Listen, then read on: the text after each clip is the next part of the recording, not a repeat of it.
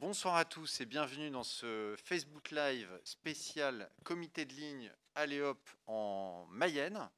Nous avons donc le plaisir de vous accueillir ce soir pour notre réunion traditionnelle que nous tenons chaque année pour les lignes ferroviaires et autocars du réseau Aléop, donc des Pays de la Loire, en Mayenne. Comme vous l'avez constaté, nous ne pouvons toujours pas tenir des réunions en présentiel, comme on dit désormais. C'est à notre grand regret que nous ne pouvons pas nous réunir et vous rencontrer, mais nous avons tenu, comme nous l'avons déjà fait à plusieurs reprises depuis le début de cette crise, à maintenir ces réunions pour pouvoir assurer un échange et un échange d'informations, un échange de questions, recueillir aussi vos avis, vos préoccupations sur le fonctionnement des réseaux de transport gérés par la région sur le département, le beau département de la Mayenne. Je salue donc tous les participants qui sont avec nous ce soir, ceux qui vont nous rejoindre. Il y a parmi vous des élus, des représentants d'associations, des usagers. Donc merci beaucoup de votre présence. Nous allons ce soir bien sûr passer un certain nombre de questions qui nous ont été remontées et avec l'ensemble des participants à cette réunion, essayer de vous apporter un maximum de réponses. Mais auparavant, deux petites choses importantes. D'abord, je vais demander à chaque participant qui sont autour de moi et qui représentent soit des équipes de la région, soit des exploitants des différentes lignes, de se présenter. Et puis ensuite, nous aurons quelques diaporamas de présentation pour vous passer des infos sur l'actualité de ces lignes. Et enfin, on passera à vos questions. Vous aurez la possibilité de poser des questions en ligne, on les recueillera et on s'efforcera de répondre à toutes les questions. Et donc, je passe la parole maintenant aux participants qui vont pouvoir se présenter chacun les uns les autres. Bonjour, je suis Guillaume Béchet, je suis le chef du service ferroviaire et marketing à la direction des transports de la région des Pays de la Loire. Bonsoir, je suis Michèle Sibylle-Bossard et je suis chargée des relations avec les voyageurs.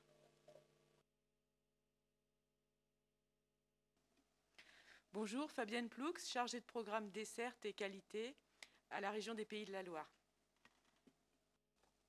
Bonjour, Éric Leroux, je suis le responsable du service transport routier de voyageurs de la Mayenne.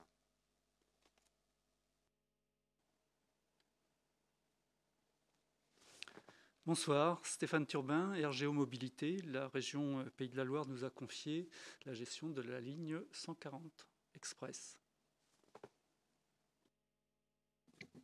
Bonsoir, Christophe Dizier, Keolis Atlantique. En Mayenne, nous exploitons les lignes 101, 102, 104, 105, 109 et 150, dont les lignes express E101, E102, E145 et E109. Bonsoir, Jean-Louis Luget, je suis le directeur régional de Transdev Pays de la Loire. Je représente Transdev Stao 53 et nous exploitons 5 lignes à vocation scolaire, dont une ligne qui a une particularité puisqu'elle est équipée d'un véhicule au gaz depuis maintenant 1 an. Et ce véhicule au gaz bénéficie d'un avitaillement avec la station de Château-Gontier qui a été inaugurée il y a maintenant près de 2 ans. Bonsoir, je suis Nicolas Bombera, directeur des lignes TER Maine-Anjou.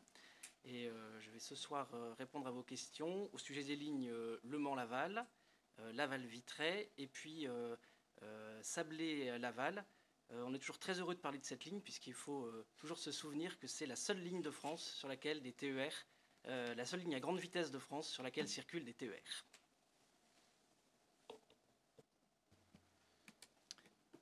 Bonsoir, Franck Bonhomme, je suis correspondant territorial de la ligne à grande vitesse au sein de SNCF Réseau.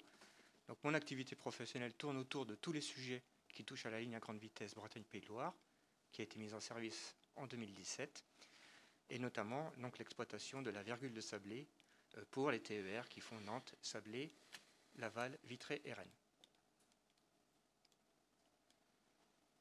Eh bien, merci beaucoup pour ce tour de présentation de nos participants. Je vais donc passer la parole maintenant à ma voisine qui va entamer la présentation des actualités sur nos lignes dans le département de la Mayenne.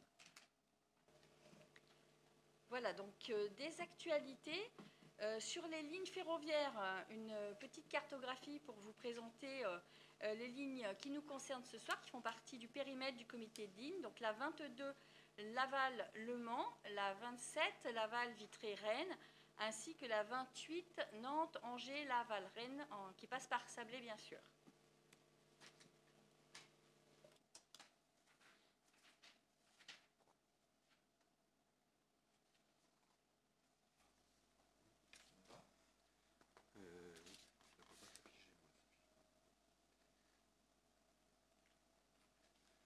Donc là, vous avez une cartographie du réseau Aléop et des lignes interurbaines sur la Mayenne. Donc on a 17 lignes.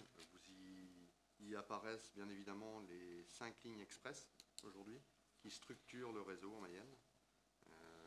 Voilà.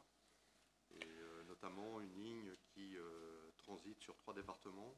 La ligne 118 qu'on a évoquée tout à l'heure, équipée d'un véhicule au gaz, qui démarre de Sablé via Château-Gontier pour arriver à destination de Segré.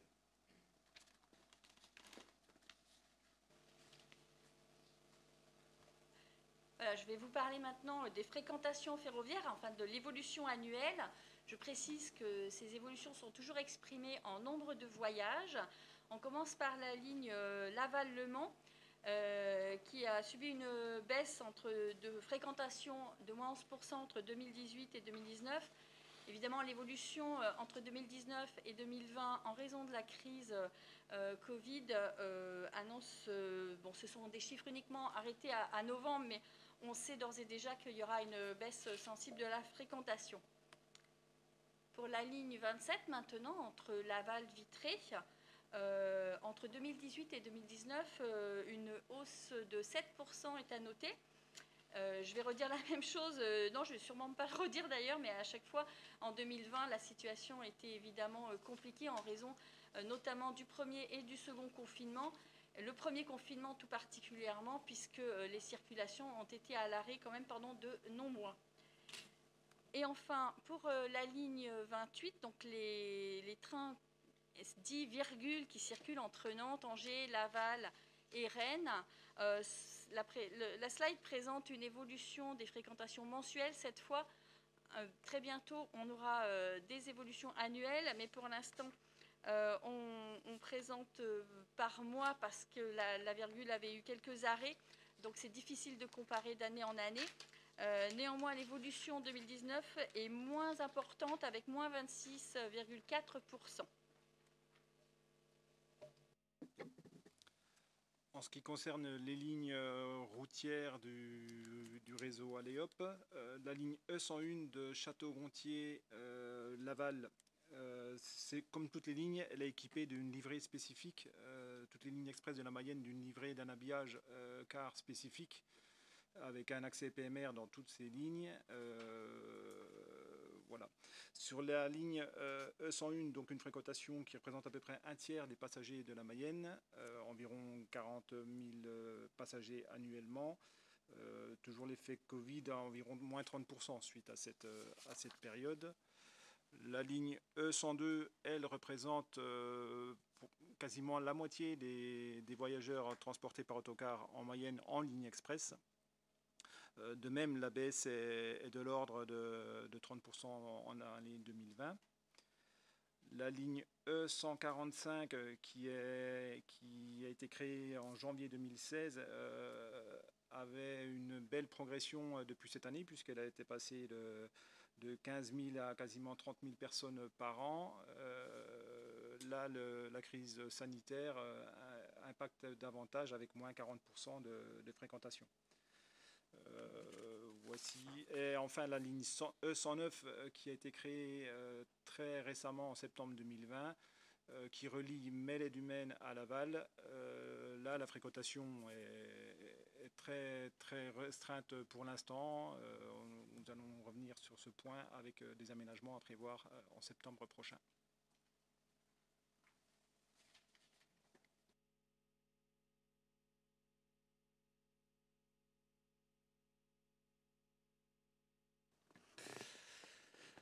Pour la ligne E140 Cran-Laval, donc depuis le 1er septembre 2018, cette ligne a une particularité puisque c'est un véhicule 100% électrique qui y circule.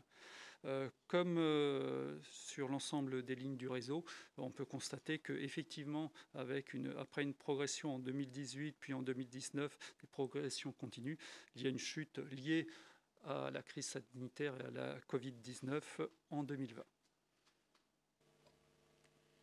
Voilà, je vais passer à nouveau la parole à Monsieur Dizier, qui va nous présenter les évolutions des dessertes routières Aléop en Mayenne. Donc depuis septembre 2020, la ligne E109 qui relie Melle-et-du-Maine à Laval a été créée. Cette ligne aujourd'hui, ce sont 2 allers-retours quotidiens du lundi au samedi inclus. Le gain de temps est de l'ordre de 15 minutes entre ces 2 villes de la Mayenne. La fréquentation ne répondant pas tout à fait aux attentes initiales, en septembre 2021, au moins un horaire sera adapté, en l'occurrence l'horaire du soir, qui semblera mieux correspondre aux attentes des usagers. Donc il sera avancé d'une heure au lieu de 19h42 départ Laval SNCF, ce sera 18h42. Voilà, pour compléter les propos de Monsieur Dizier, je vous invite maintenant à regarder une courte vidéo, mais très intéressante, sur la création de cette ligne express.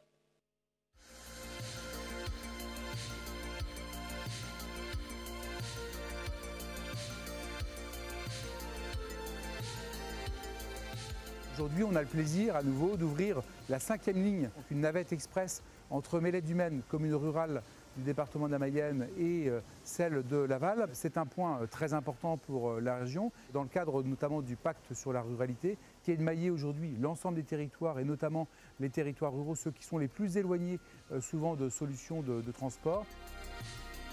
En voiture ou en car, on prend le même temps pour aller sur Laval, sauf qu'il n'y a pas de risque, il n'y a pas de fatigue. On peut travailler dans le car, donc c'est un gain de temps pendant le trajet.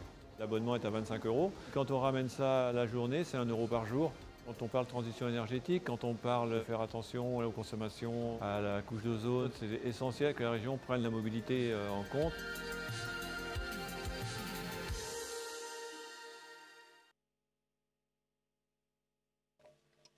Voilà, je vais repasser la parole à Monsieur Dizier, qui va poursuivre avec l'évolution des dessertes routières. Donc depuis septembre 2020, des aménagements ont été opérés sur les lignes express. La ligne E101 a vu un renfort de cadencement avec 8 allers-retours par jour au lieu de 6 initialement du lundi au vendredi, 5 allers-retours le samedi au lieu de 4 initialement. De même, la ligne E102 qui relie donc Mayenne à Laval, c'est 10 allers-retours quotidiens au lieu de 8 auparavant, et le samedi 6 allers-retours au quotidien. La ligne E145 bénéficie également d'un arrêt supplémentaire à Chaillon-le-Tertre. C'était une demande usagée qui n'impacte pas le temps de parcours initial prévu sur cette ligne. Et pour finir cette présentation, des ajustements horaires ont été effectivement réalisés sur la ligne E140 pour faire le chaînage avec TGV et TER. Merci beaucoup. On va passer maintenant à l'évolution des dessertes ferroviaires, et je passe la parole à Fabienne Ploux. Oui, donc au niveau des évolutions des dessertes ferroviaires, à partir de décembre 2021, il va être créé un service entre Le Mans et Laval au tout début de l'heure de pointe. On aura donc un train qui partira au Mans à 16h20, arrivée Laval 17h11, un train rapide avec 3 arrêts, Conly, Sillé et Évron. Et parallèlement à ça, à partir de décembre 2021, on va étoffer la desserte du week-end, à la fois le samedi et le dimanche, par l'ajout de 2 allers-retours le samedi et le dimanche. Donc, ce qui va porter la desserte sur ces 2 jours-là à 5 allers-retours entre Le Mans et Laval. Donc, dans le détail, le samedi. Ah oui, alors donc l'augmentation de dessert du week-end va s'accompagner par une adaptation d'un des services le samedi matin.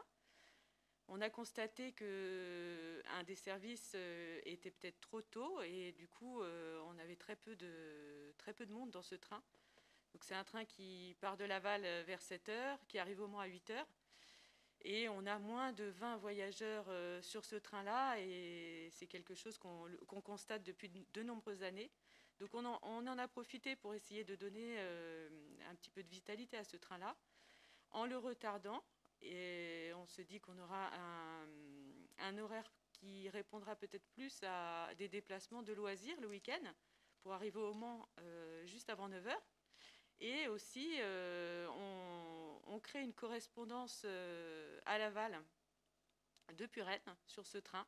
Et voilà, on se dit qu'on aura peut-être plus de monde qui viendra de Rennes aussi. On supprime des arrêts aussi pour avoir un train qui sera plus rapide. Voilà. Donc on espère avoir une meilleure fréquentation sur ce train. J'invite les personnes qui pourraient être concernées par ces modifications de s'exprimer via le live, ça pourrait être intéressant. Voilà. Donc n'hésitez pas à signaler toute problématique par rapport à ce train. Donc ensuite, dans le détail des horaires du samedi et du dimanche, donc comme je vous le disais, on rajoute donc 2 allers-retours le samedi, un départ donc du Mans 9h24, un départ à 15h20, et vous voyez, on a une belle desserte, je dirais quasiment toutes les 2 heures le samedi, dans un sens, et puis dans l'autre sens aussi. Et le dimanche, on s'est plus focalisé sur les retours des week-ends. Donc on rajoute un service alors en milieu d'après-midi, 14h41 au départ du Mans, qui est en correspondance avec les TGV, et un service au départ du Mans à 18h20, de même en correspondance TGV depuis Paris. Donc dans l'autre sens, l'idée est un petit peu la même. On crée en fait des services à des heures où on n'avait pas de train, et dans la mesure du possible de les mettre en correspondance pour aller à Paris. Donc départ de Laval midi 44, et qui permet ensuite de prendre le TGV au Mans pour Paris, et un départ de Laval à 16h44, voilà, en correspondance pour Paris. Voilà. Merci beaucoup Fabienne. Voilà, maintenant je vais vous parler des trains qui vont être rénovés. Cette rénovation des aides-terres, c'est le nom un peu barbare des rames de train. Elles vont être intégralement financées par la région à hauteur de 54 millions d'euros.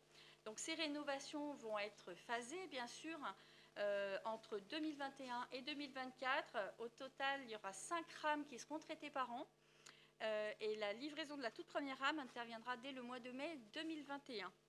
Donc, qu'est-ce que c'est qu'une rénovation? C'est avoir des trains dans lesquels la luminosité est plus importante, qui sont plus pratiques, où il y aura plus de places assises, et qui seront tout simplement plus modernes. Donc, par exemple, rénovation des sols, des moquettes, des tissus des sièges, des luminaires, les peintures et de nombreux autres aspects de la rame. Pour l'aménagement des points d'arrêt routiers, je vais passer la parole à Éric Leroux. Alors, pour l'aménagement des points d'arrêt routiers, oui, un élément important, c'est la mise en service d'un pôle d'échange multimodal au quartier Ferrier à Laval. On a depuis 3 ans opéré la libération d'un îlot qui s'appelle l'îlot Verdun à Laval, et qui permet à tous nos autocars d'approcher le centre-ville. À la demande de la municipalité et en accord avec eux, bien évidemment, on a plutôt travaillé sur des pôles d'échange multimodaux aux abords en périphérie du centre-ville. Et donc là, c'est vraiment le dernier pôle d'échange qu'on va mettre en place en septembre 2021. Et je rappellerai que ces points de rupture pour un usager, ces correspondances n'ont pas du tout dégradé les temps de transport pour eux. Au contraire, bien au contraire. On a permis bien souvent d'améliorer la qualité du transport. Alors l'aménagement des points d'arrêt routiers aussi, la composante, c'est le mobilier urbain, bien évidemment. Et donc à ce jour, un poteau dénommé Aléop verra le jour sur l'ensemble du territoire mayennais. Et on y verra aussi au fil du temps des abribus typés Aléop et identifiés Aléop sur les points d'arrêt routiers des lignes régulières. On a à peu près 200 poteaux en Mayenne. Merci Eric. Je vais maintenant vous parler de l'aménagement des gares sur les lignes ferroviaires. À Montsûrs, par exemple, un nouvel abri voyageurs sera installé sur le quai fin avril 2021. À Conlis, c'est un parking qui a été aménagé au nord de la gare avec une capacité de 24 places au total depuis octobre 2020. À Évron, maintenant, le projet, c'est la mise en accessibilité du bâtiment voyageur avec un programme conséquent. Les travaux commenceront à la mi-2022 et s'achèveront vers la fin de l'année 2023. Ces travaux sont pris en charge financièrement, enfin subventionnés par la région de Pays de la Loire à hauteur de 50%. Et enfin, la création de la nouvelle halte Le Mans Hôpital Université, donc qui va desservir deux pôles importants qui génèrent du déplacement. Les études se sont terminées à l'automne 2020, donc les travaux pourront commencer en fin de l'année 2021 pour s'achever vers le mois d'août 2023 et en espérant donc une mise en service à compter de septembre 2023. Un budget prévisionnel de 10,7 millions d'euros qui est abondé par la région à hauteur de plus de 39%. Alors pour accéder aux gares, la région a mis en place un dispositif qui s'appelle Accès-Terre pour les personnes à mobilité réduite. Ce dispositif est entièrement gratuit et garanti. Ça permet donc de se donner un point de rendez-vous à la gare et un personnel vous accompagne jusqu'à votre place dans le train. Donc il y a deux numéros de téléphone, un pour les trajets en TER, uniquement en TER, et un autre numéro de téléphone qui est accessible pour les trajets en correspondance avec les grandes lignes TGV notamment. Les mobilités en Pays de la Loire, c'est aussi l'intermodalité avec des programmes importants autour de l'utilisation du vélo. Donc la région s'est engagée dans la subvention des communes et des communautés de communes, des communautés urbaines, des rabattements, donc des pistes cyclables en rabattement vers les gares. La subvention s'élève aujourd'hui à 50% du projet, au lieu de 30% initialement. Et la région a engagé une seconde phase d'investissement pour créer des abris sécurisés pour les vélos. Ça sera mis en œuvre dès 2021. Toujours en matière de multimodalité, les subventions régionales pour l'achat des vélos soit pliants, soit électriques sont toujours à votre disposition sur le site internet. Vous pouvez être remboursé jusqu'à hauteur de 100 € par exemple pour l'achat d'un vélo à assistance électrique. Vous retrouverez l'ensemble des conditions sur le portail des aides de la région. Et la région a développé une offre de covoiturage avec les plateformes BlaBlaLines, Caros et Klaxit. C'est une expérimentation, d'abord dans un premier temps, qui est valorisée actuellement par des bonus, j'ai envie de dire. Par exemple, les covoiturages pour les passagers sont offerts jusqu'au 31 mars. 2 € sont offerts pour les conducteurs, pour les trajets de moins de 20 km, etc. Vous pouvez retrouver toutes ces conditions en vous connectant directement sur les plateformes partenaires. Et je vous parlais enfin de Destineo. C'est un site internet d'information multimodale qui vous permet de calculer l'ensemble de vos trajets en Pays de la Loire. Les nouveautés sur Destineo, c'est notamment l'affichage des tarifs occasionnels des réseaux urbains depuis octobre 2020.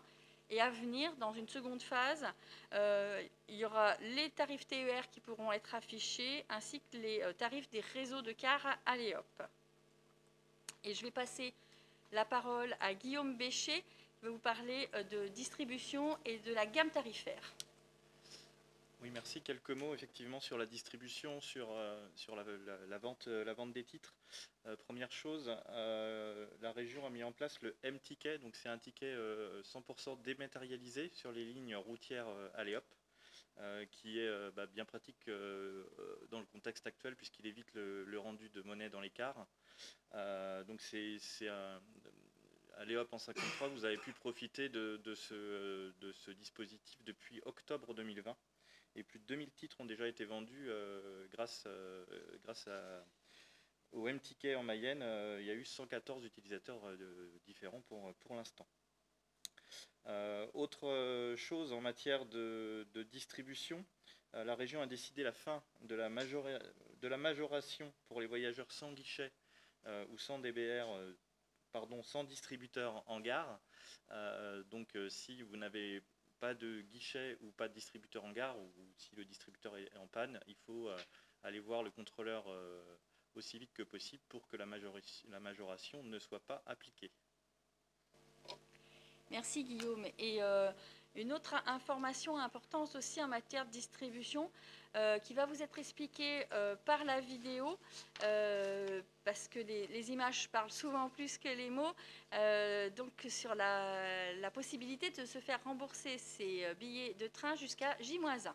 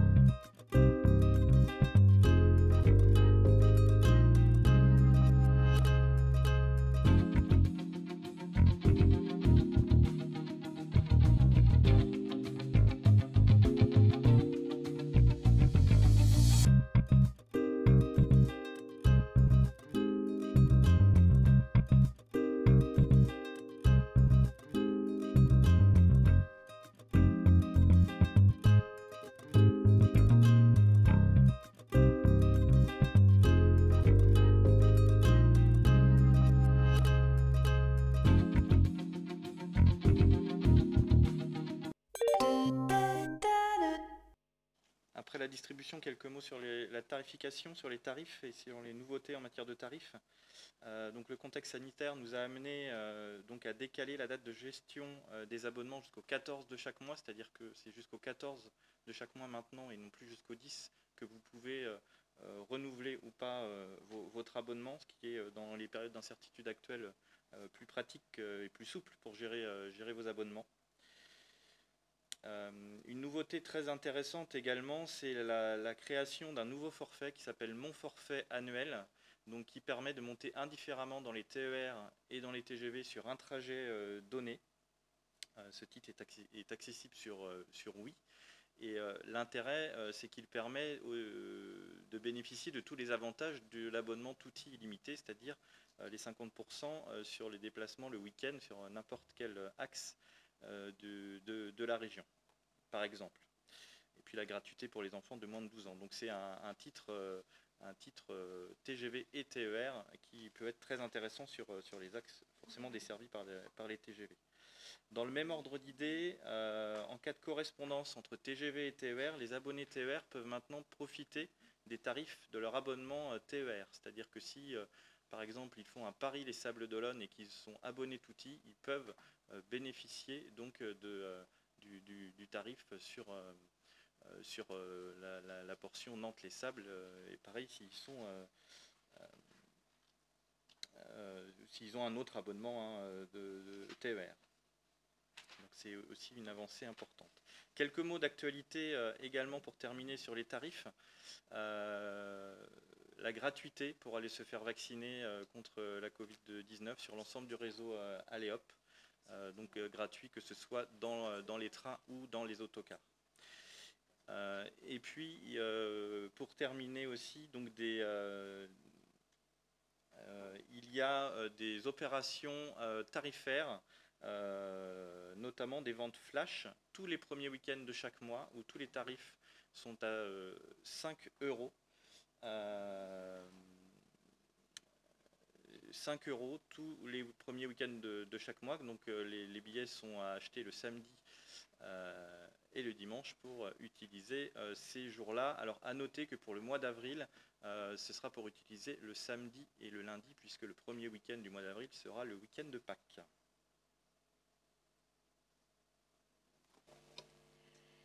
Voilà, merci de votre attention. Je vais tout de suite passer la parole à Monsieur Bombera qui représente SNCF Voyageurs. Alors juste le temps de changer de PowerPoint, on n'est pas pour bien longtemps. Voilà. Et on va lancer la présentation des actualités de SNCF Voyageurs. Oui, merci. Bonjour, je vais vous parler donc de l'engagement des équipes TER au service des Mayennais, c'est sur vos TER. Alors, TER Pays de la Loire, juste pour vous donner quelques repères, ça représente 550 trains par jour.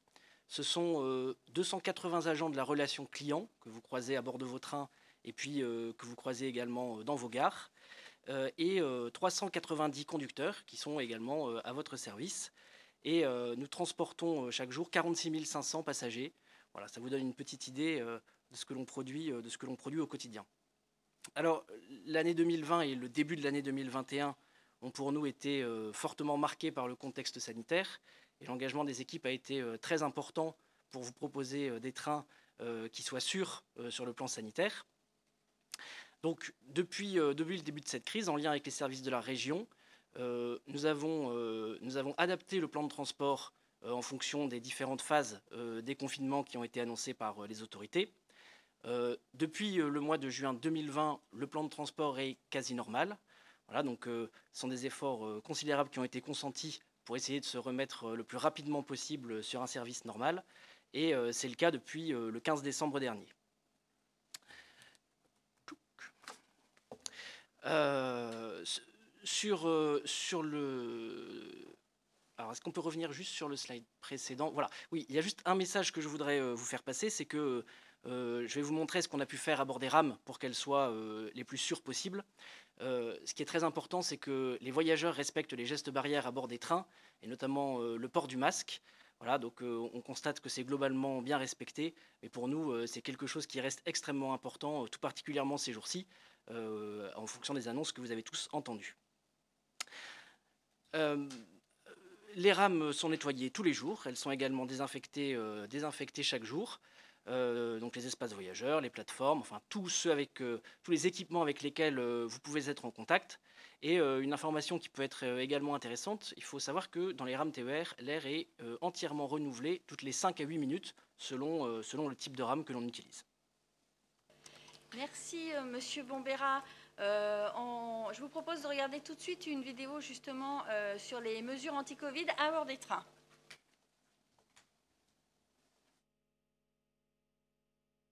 Alors en plus du personnel qui est déjà présent pour assurer les prestations de nettoyage de nos rames TER, nous avons recruté du personnel supplémentaire chargé d'intervenir sur les zones qui peuvent être en contact avec nos clients, à savoir les manontoirs, les poignées de porte, les boutons poussoirs, les accoudoirs, les tablettes.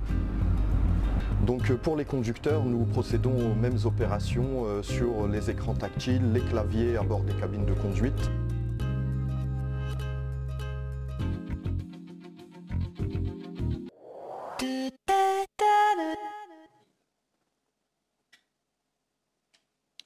Je vais maintenant vous parler de la qualité de service, puisque avec la sécurité, ce sont les fondamentaux que nous portons avec toutes les équipes de SNCF TER. Sur le slide que vous allez voir, vous pouvez constater que le taux de conformité de nos trains se situe sur l'année 2020 un certain nombre de mois au-dessus de 90%. Pendant quelques mois, il est en dessous. C'est normal, ce sont les mois de confinement. Ce qu'on appelle la conformité, c'est donc le pourcentage des trains ayant circulé et qui sont arrivés à l'heure par rapport au plan de transport qui était prévu. Voilà. Ce qui explique que pendant les périodes de confinement, forcément ce taux a diminué puisque le plan de transport a été adapté. Si on rentre un peu dans le détail de ce qui concerne la Mayenne, on va regarder le tronçon Le Mans-Laval. Or, comme vous pouvez le constater, on retrouve le même type de graphique que le précédent, avec un certain nombre de mois qui sont au-dessus de 90 voire 95%, et puis une diminution pendant les mois de confinement. Je voudrais partager avec vous les résultats du mois de février qui sont pas encore tout à fait officiels, donc et c'est pour ça qu'ils n'apparaissent pas sur le graphique, mais qui sont à hauteur de 90%. Et pour le début du mois de mars, sur ce tronçon, pour l'instant, on est sur un résultat qui est au-delà de 95%. Donc il y a vraiment un engagement très important de la part de toutes les équipes. On a un certain nombre de programmes qui nous permettent d'essayer de maintenir ces résultats. On va peut-être passer au tronçon suivant. Voilà. Alors, le tronçon suivant, c'est Sablé-Laval. Donc il s'agit de la virgule de Sablé. Comme je vous le disais, c'est le seul endroit en France où du matériel TER circule sur une ligne à grande vitesse. C'est voilà, un défi technique quotidien. Les résultats sont un peu plus difficiles à maintenir sur cette ligne-là parce qu'elle est aux confins de 2 lignes. Et donc, on pourra peut-être y revenir pendant les questions. Simplement, notez le résultat du mois de janvier qui a été marqué par des difficultés, en particulier un mouvement social qui a impacté quelques journées particulières. Pour le mois de février, on est à hauteur de 84% des trains conformes par rapport à ce qui était prévu. Et pour le mois de mars, à ce jour, autour de 95%. On va regarder le dernier tronçon, Laval-Vitré. Là encore, on retrouve exactement la même physionomie sur la courbe de conformité. Des mois de l'année 2020 qui sont plutôt bons autour de l'été. Un mois de janvier pour les mêmes raisons que le tronçon précédent qui est un petit peu en dessous de 90%. Et là encore, un mois de février qui sera autour de 93 et un mois de mars qui sera probablement autour de 97. En tout cas, c'est le chiffre à date. Donc on se réjouit de ces bons résultats pour le mois de mars. Je voudrais également vous parler de quelques éléments de relations clients qui ont pu être mis en place malgré la situation sanitaire. Alors, il y en a un sur lequel je voudrais insister tout particulièrement, c'est l'opération de sécurité et de sensibilisation à la traversée des voies qui a eu lieu au premier trimestre en gare d'Évron.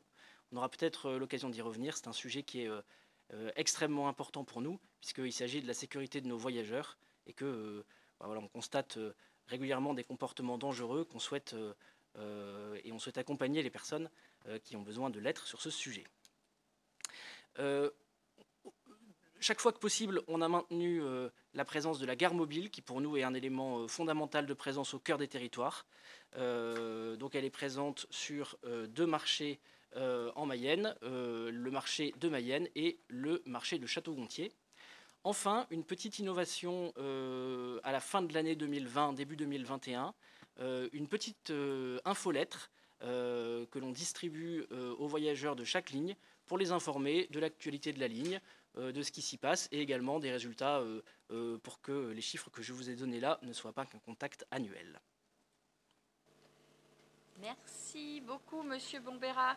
Je vais passer la parole maintenant à SNCF Réseau, donc par la voix de Monsieur Franck Bonhomme. Le temps de mettre en place les slides.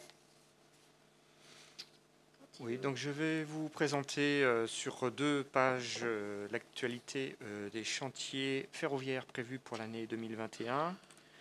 Donc sur 2 pages pour des questions de présentation pour que ce soit plus facilement lisible. Nous avons en 2021 et nous aurons en 2021 7 chantiers principaux, 6 chantiers qui ont des impacts qui sont qualifiés de modérés et un chantier qui aura un impact faible. Ces 7 chantiers sont prévus de nuit et les chantiers qualifiés avec impact modéré, c'est dû essentiellement à quelques minutes perdues sur certains trajets pendant les périodes ou alors un week-end de travaux avec une opération dite coup de poing et des interruptions de circulation totale pendant certains week-ends. Donc, vous avez sur les 2 slides qui sont présentés les précisions en termes de date et d'impact qui sont décrits. Tous ces minutes rallongées sur les parcours sont bien sûr intégrées dans les horaires qui sont affichés par le transporteur. Voilà pour ma part. Ouais, alors désolé, on a un petit problème d'affichage des cartes, mais Je si relance. on peut les reprendre tout à l'heure, on y reviendra pour les montrer aux Ça y est, participants. ça marche. Évidemment. Toujours. Voilà, donc effectivement les cartes et des chantiers qui vont partiellement impacter les circulations sur les lignes qui nous concernent ce soir. Merci beaucoup et désolé pour ce contretemps technique. On va passer aux questions-réponses.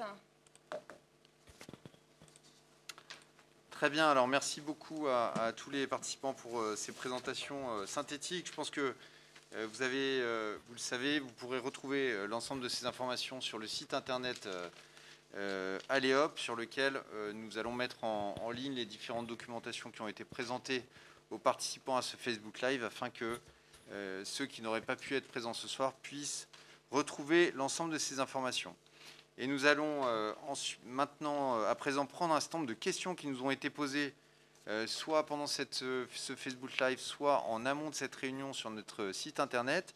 Et je commence par une question sur l'information voyageur de M. Béton sur la ligne 102, qui remarque qu'il n'est pas toujours facile de comprendre quel car dessert quel arrêt sur cette ligne, puisque certains services passent par Louvernay, tandis que d'autres s'arrêtent à Commères. Donc, même remarque fait par M. Béton sur Martigné, avec des services qui passent par Martigné Rond-Point et d'autres par Martigné Église. Donc il demande s'il serait possible d'améliorer l'information des voyageurs sur ce point. Et je passe la parole à M. Leroux qui va peut-être nous éclairer sur ce qui serait possible. Oui, donc merci M. Broncourt. Donc effectivement, cette question a toute son efficience, cette remarque. Il n'est pas toujours évident pour un usager de bien identifier la desserte du véhicule, parce qu'aujourd'hui, la seule information est présente au niveau des girouettes. Une girouette, c'est un bandeau qui est présent aussi bien sur les flancs d'un car, donc au niveau latéral, qu'en haut d'un pare-brise à l'avant. Donc souvent, on n'y voit que l'origine-destination. Quand il y a un certain nombre de communes à desservir, ce serait trop long pour défiler l'ensemble des communes, et on ne voit pas toutes les communes et encore plus tous les points d'arrêt. Donc cette difficulté, cette problématique aujourd'hui est bien prise en compte. On l'améliorera à partir de 2022. Pourquoi 2022? Parce qu'on va mettre en place en Mayenne un mode de gestion tout nouveau, qui ne sera pas du marché public, mais qui sera une délégation de service public. Et on travaillera avec des délégataires sur ce sujet pour rendre vraiment l'information nettement plus dynamique et plus aisée pour les usagers. Merci Monsieur Leroux. Gardez votre micro parce que Monsieur Béton avait une autre question qui concerne toujours l'information aux voyageurs, mais plutôt via les réseaux sociaux ou les SMS pour être informé lorsqu'il y a un retard ou un incident sur le réseau. Est-ce que notre réseau pourrait se doter de ce type de service pour mieux informer nos voyageurs? Oui, tout à fait. À l'instar de la question précédente et de ma réponse, on doit pouvoir améliorer à partir de 2022 justement l'information aux voyageurs en temps réel pour mentionner des perturbations sur un circuit. Donc ça, c'est vraiment une évolution. C'est un virage qu'il ne faut pas rater l'année prochaine quand on va élaborer notre futur cahier des charges. Une autre question qui a été posée par un participant anonyme sur le cadencement entre Laval et Rennes, avec beaucoup de suggestions de cadencer les circulations de train entre 6h et 22h, de mettre en place également des trains omnibus alternés avec des trains directs, un cadencement toujours à la même heure, dans le but de s'inscrire dans un futur système express métropolitain rennais. Donc je vais passer la parole à Fabienne Ploux qui va peut-être nous dire comment ces questions peuvent trouver une réponse, mais dans la stratégie de développement de l'offre régionale. Oui, merci. Donc la question est vraiment complète et elle est très intéressante. Merci d'avoir été aussi dans le détail. Donc déjà, pour répondre à la question du volume de desserte, en fait, la région des Pays de la Loire a entamé le processus d'ouverture à la concurrence en juillet dernier. Et ça, le but, c'est bien sûr de faire baisser les coûts pour pouvoir justement offrir plus de services aux voyageurs. Et donc, plus de services, c'est vers tendre par rapport à cette demande. L'objectif, en fait, concret, c'est de pouvoir proposer au minimum dans chaque gare régionale un service par heure et par sens de 6 heures à 20 heures. Voilà. Donc, ça représente quand même une sacrée augmentation de desserte sur la ligne en question, entre Vitré et Laval.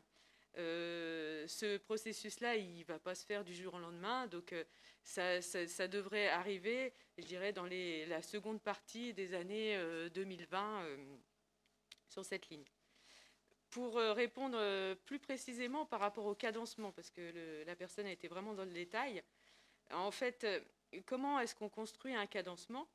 On définit avec SNCF Réseau et puis les entreprises ferroviaires un réticulaire. Un réticulaire, c'est un document qui nous permet de définir des horaires, des minutes précises pour chacun des trains, chacune des missions, les trains périurbains, les trains qui sont intervilles.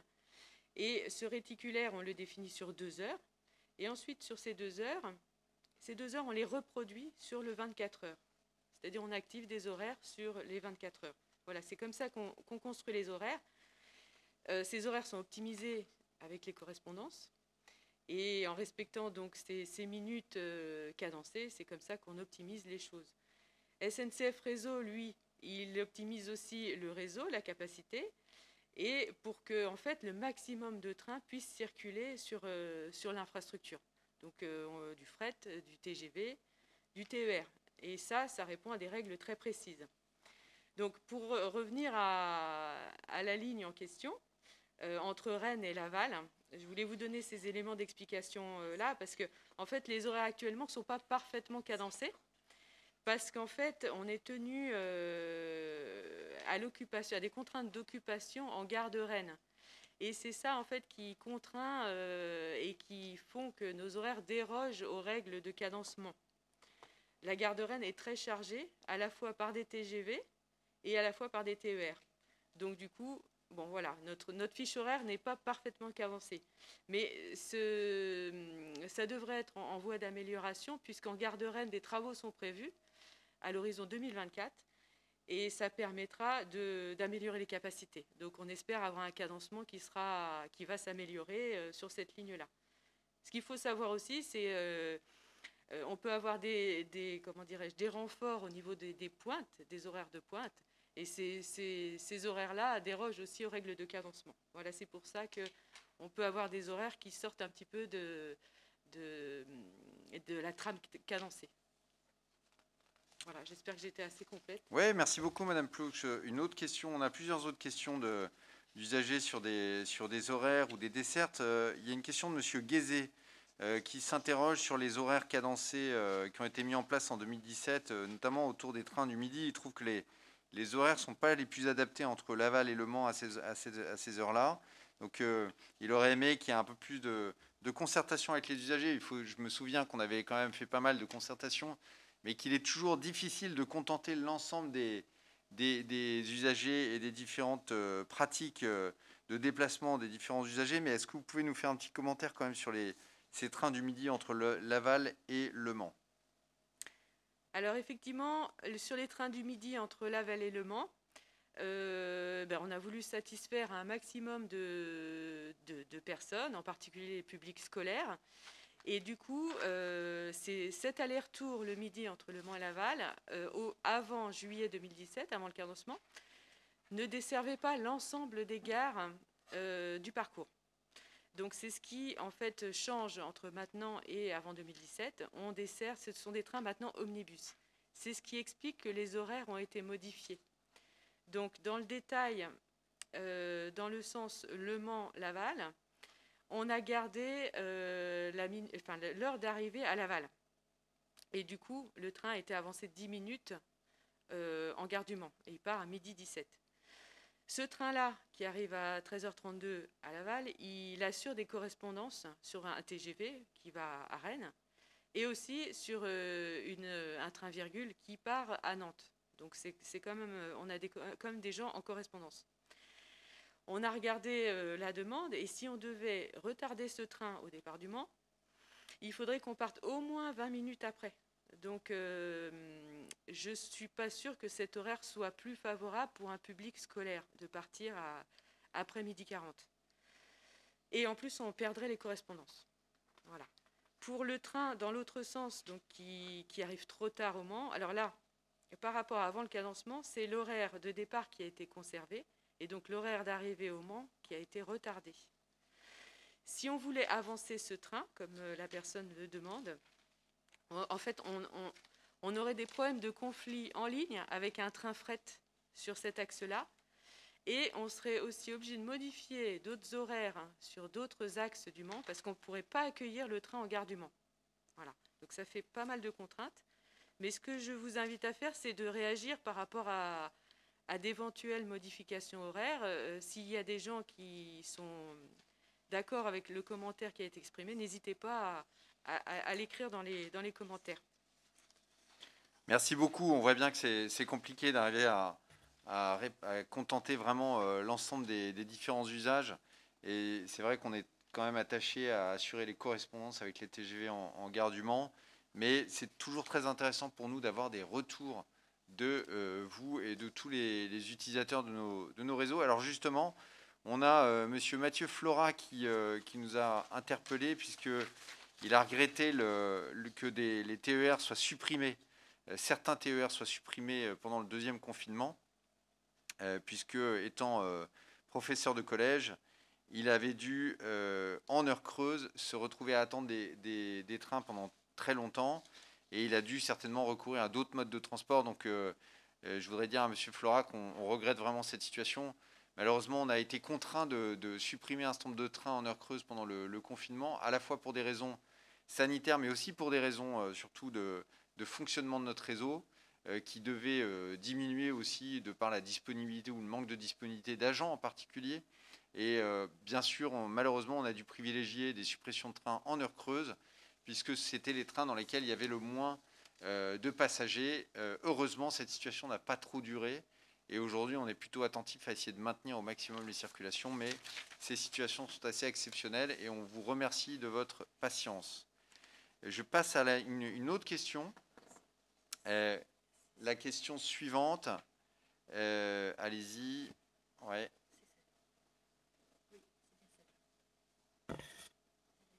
Oui, alors c'est une question qui nous a été posée par un internaute anonyme, mais qui regrette la suppression de la ligne routière numéro 28 entre Laval, Château-Gontier, Candé, Ancenis-Nantes. Donc, est-ce que, Madame Ploux, vous pouvez nous dire un peu de pourquoi cette ligne a été supprimée et quelles sont les solutions qui s'offrent à nos usagers? Alors effectivement, on a beaucoup parlé de la virgule jusqu'à maintenant, et en fait, c'est en lien avec la virgule qu'on a supprimé. On a supprimé la ligne routière Laval-Nantes et aussi la ligne routière Laval-Angers. Du fait qu'on a mis en place la virgule en juillet 2017, donc qui fait Nantes-Angers jusqu'à Laval et Rennes. À cette époque-là, en fait, on a créé parce que effectivement, on dessert bien Nantes, Angers et Laval, mais on ne dessert plus Château-Gontier.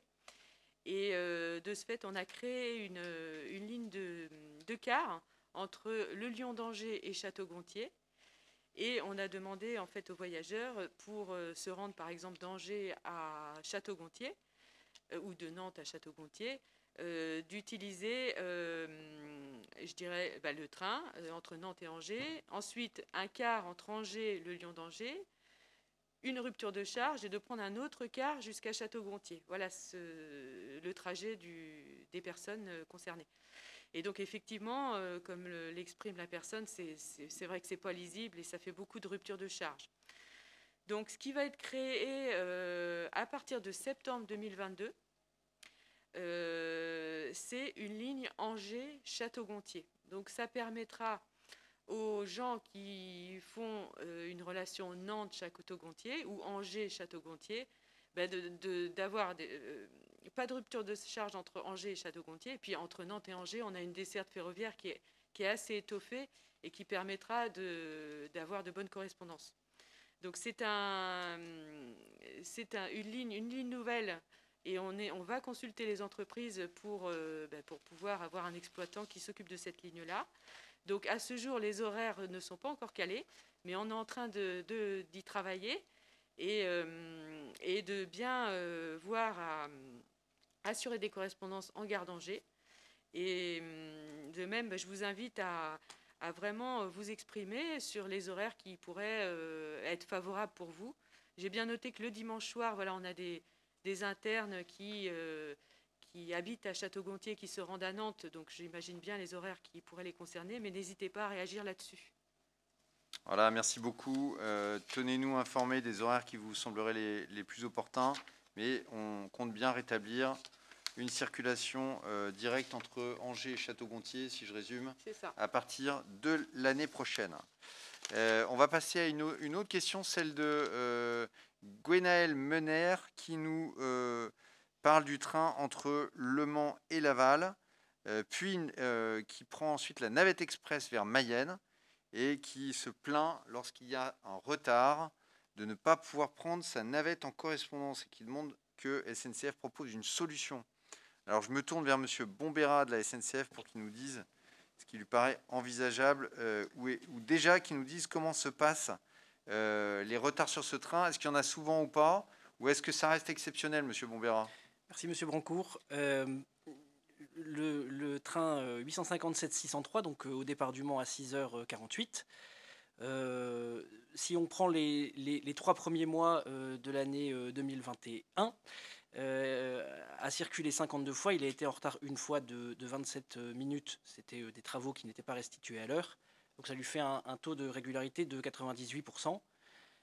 Si on prend l'année 2020, il y a eu 190 circulations et dont 8 retards, ce qui lui fait un taux de régularité de 95,8%. Alors bien sûr, les quelques fois où il a été en retard, ça a pu provoquer des désagréments pour notre passagère, et j'en suis désolé, mais le paysage, le panorama, disons, global sur ce train, c'est plutôt une circulation qui est à l'heure à l'arrivée. Je vais peut-être passer la parole à Madame Ploux. Madame Ploux, vous voulez ajouter des précisions? Oui, ben en fait, la correspondance est bien dimensionnée. Effectivement, le train, quand il arrive un petit peu en retard, la correspondance n'est pas assurée. Et le problème, c'est qu'on ne peut pas... Vous voulez dire que le car n'attend pas le train? Le car n'attend pas le train parce qu'en fait, dans le car, Monsieur Leroux le dira mieux que moi, mais il y a beaucoup de gens qui ne sont pas dépendants de cette correspondance et qui veulent arriver à Mayenne à 8h30. Oui, on comprend bien qu'il faille éviter de pénaliser une grande majorité des usagers pour une ou deux personnes. Tout à fait. Et sachant que ça doit être des utilisations assez exceptionnelles, parce que j'imagine que du Mans jusqu'à Mayenne, ça va faire un temps de trajet assez long. Oui, j'ai eu cette passagère au téléphone il n'y a pas plus de 2 jours. Donc on a bien échangé sur sa problématique. Elle a très bien compris que le transport, c'est avant tout un transport, il avait une connotation collective et qu'il était difficile de pénaliser les Lavallois qui viennent travailler sur Mayenne tous les jours et qui sont attachés à cet horaire. Donc voilà, on a eu un échange tout à fait compréhensible. Merci beaucoup. Je vous en prie. Je passe à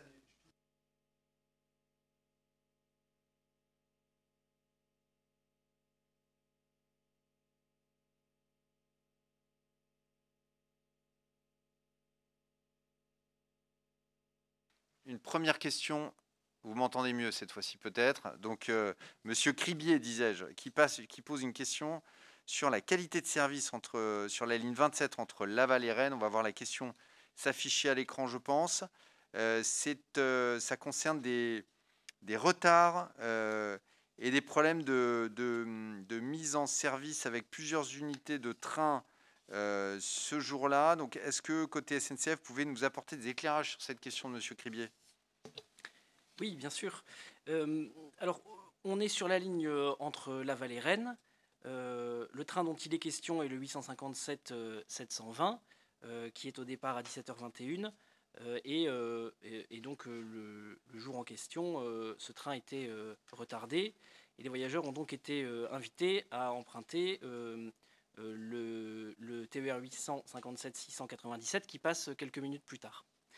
de manière exceptionnelle sur ce train, il y avait une deuxième rame qui n'était pas ouverte au service voyageurs. Alors, en fait, peut-être pour expliquer un peu plus généralement, quand on rajoute une rame, parfois pour la rapatrier sur un convoi alors que ce n'était pas prévu, on doit s'assurer que cette rame ne dépasse pas de l'ensemble des quais qui seront desservis pour garantir la sécurité des voyageurs qui sont à bord.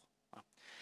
Dans certains cas, on peut déclencher une procédure particulière pour ouvrir tout de même cette rame supplémentaire, mais ça prend du temps, donc ça peut aussi retarder le train. Voilà.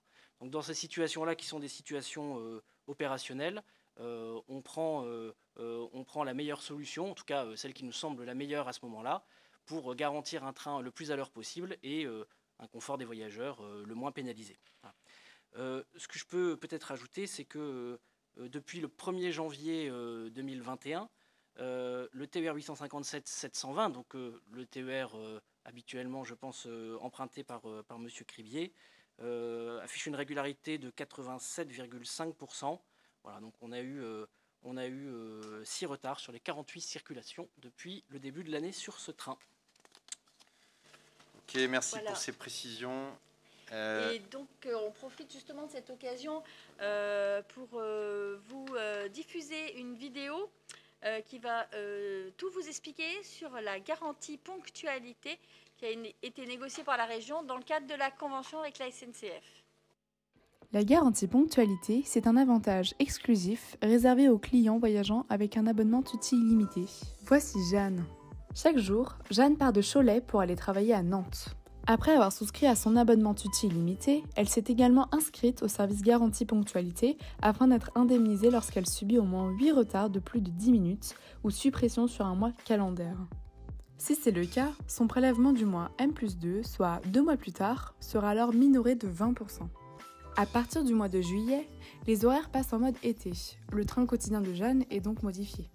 Si elle ne met pas à jour son nouvel horaire jour par jour sur la plateforme Garantie Ponctualité TER Pays de la Loire, elle ne pourra pas bénéficier d'une minoration en cas de retard de plus de 10 minutes ou suppression sur son train quotidien. En résumé, si le numéro de vos trains quotidiens change en raison d'un changement d'horaire, de travaux ou encore d'un changement de vos habitudes, vous devez toujours mettre à jour le nouvel horaire de votre train quotidien sur la plateforme Garantie Ponctualité pour pouvoir bénéficier de cet avantage exclusif. Pour toutes informations complémentaires, rendez-vous sur le site TER Pays de la Loire, par téléphone avec notre centre d'appel ou sur les réseaux sociaux.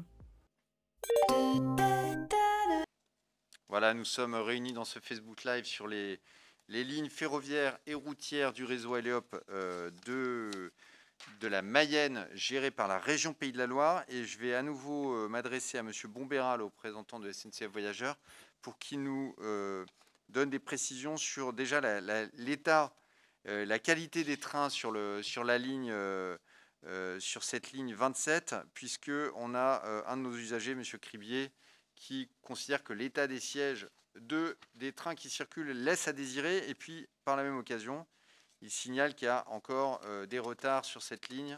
Mais je crois qu'on avait déjà répondu à cet aspect sur les retards lors de la précédente réponse de M. Bombéra. M. Bombéra, l'état des trains laisse-t-il à désirer en termes de vétusté, on va dire, et du confort des voyageurs? Quel est votre avis sur le sujet? Il a été précisé tout à l'heure que la région finançait une opération de rénovation d'un certain nombre de rames, et la rame dont il est question ici en fait partie. C'est donc une série qui va être rénovée entre 2021 et 2024, et donc l'ensemble de la rame sera changé et modernisé tel que ça a été présenté tout à l'heure. Merci beaucoup. On va passer à une question que nous avait posée Madame Lemasson, dont la fille prend le train à Nau en direction du Mans, je présume, et qui avait constaté que le 8 décembre dernier, un train n'était pas passé, mais surtout qu'il n'y avait pas, semble-t-il, eu d'informations qui avaient été transmises aux usagers. Donc, est-ce qu'on peut répondre à Madame Lemasson, expliquer pourquoi il peut arriver que des trains soient supprimés? Et dans ces conditions, qu'est-ce qu'on peut faire pour que nos usagers soient bien informés? Alors, plusieurs choses. La première, c'est qu'en effet, ce matin-là, 3 TER ont été supprimés. La cause était un train tombé en panne sur la ligne, précisément entre Crissey et Conly. Dans ces cas-là, il faut assurer un secours avec un autre train, et évidemment, ça prend du temps. Ce qu'on fait dans ces cas-là, c'est 2 choses. D'abord, la première, c'est essayer le plus rapidement possible de mettre une desserte de substitution par car. Et donc, c'est ce qui s'est passé ce jour-là. Le TER suivant, donc le 857-603 au départ du Mans à 6h49 a été remplacé par un car, et le TER suivant également. Donc c'est une solution dégradée, mais qui permet aux passagers de s'acheminer avec moins de retard que s'il fallait attendre évidemment la libération de la voie.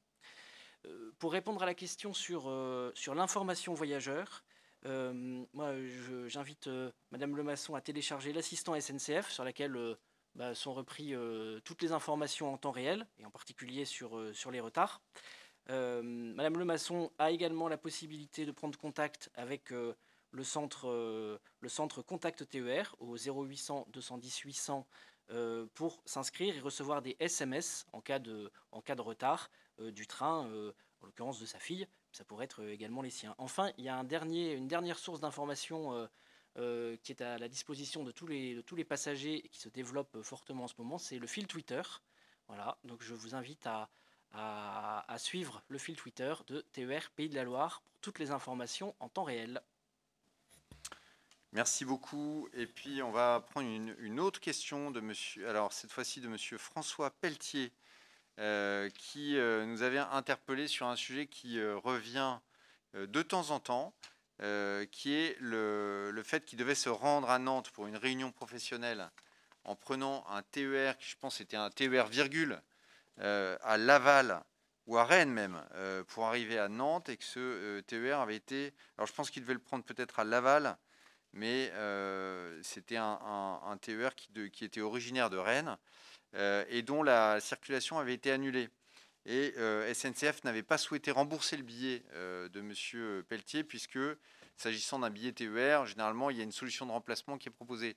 Mais là où je vous rejoins, M. Pelletier, c'est que pour cette ligne-là, souvent, il est impossible aux usagers dont le train est annulé de se reporter sur un autre train, car ils arriveraient trop tard à Nantes, et donc souvent, ils sont obligés de prendre leur voiture en substitution. Donc, je voudrais dire à M. Pelletier que nous allons étudier avec la SNCF un dispositif pour que dans ces cas-là, il puisse y avoir un remboursement du billet, car en effet, il ne s'agit pas du même type de circulation que sur des cadences plus importantes qui permettraient de se reporter sur un train immédiatement après en cas de suppression.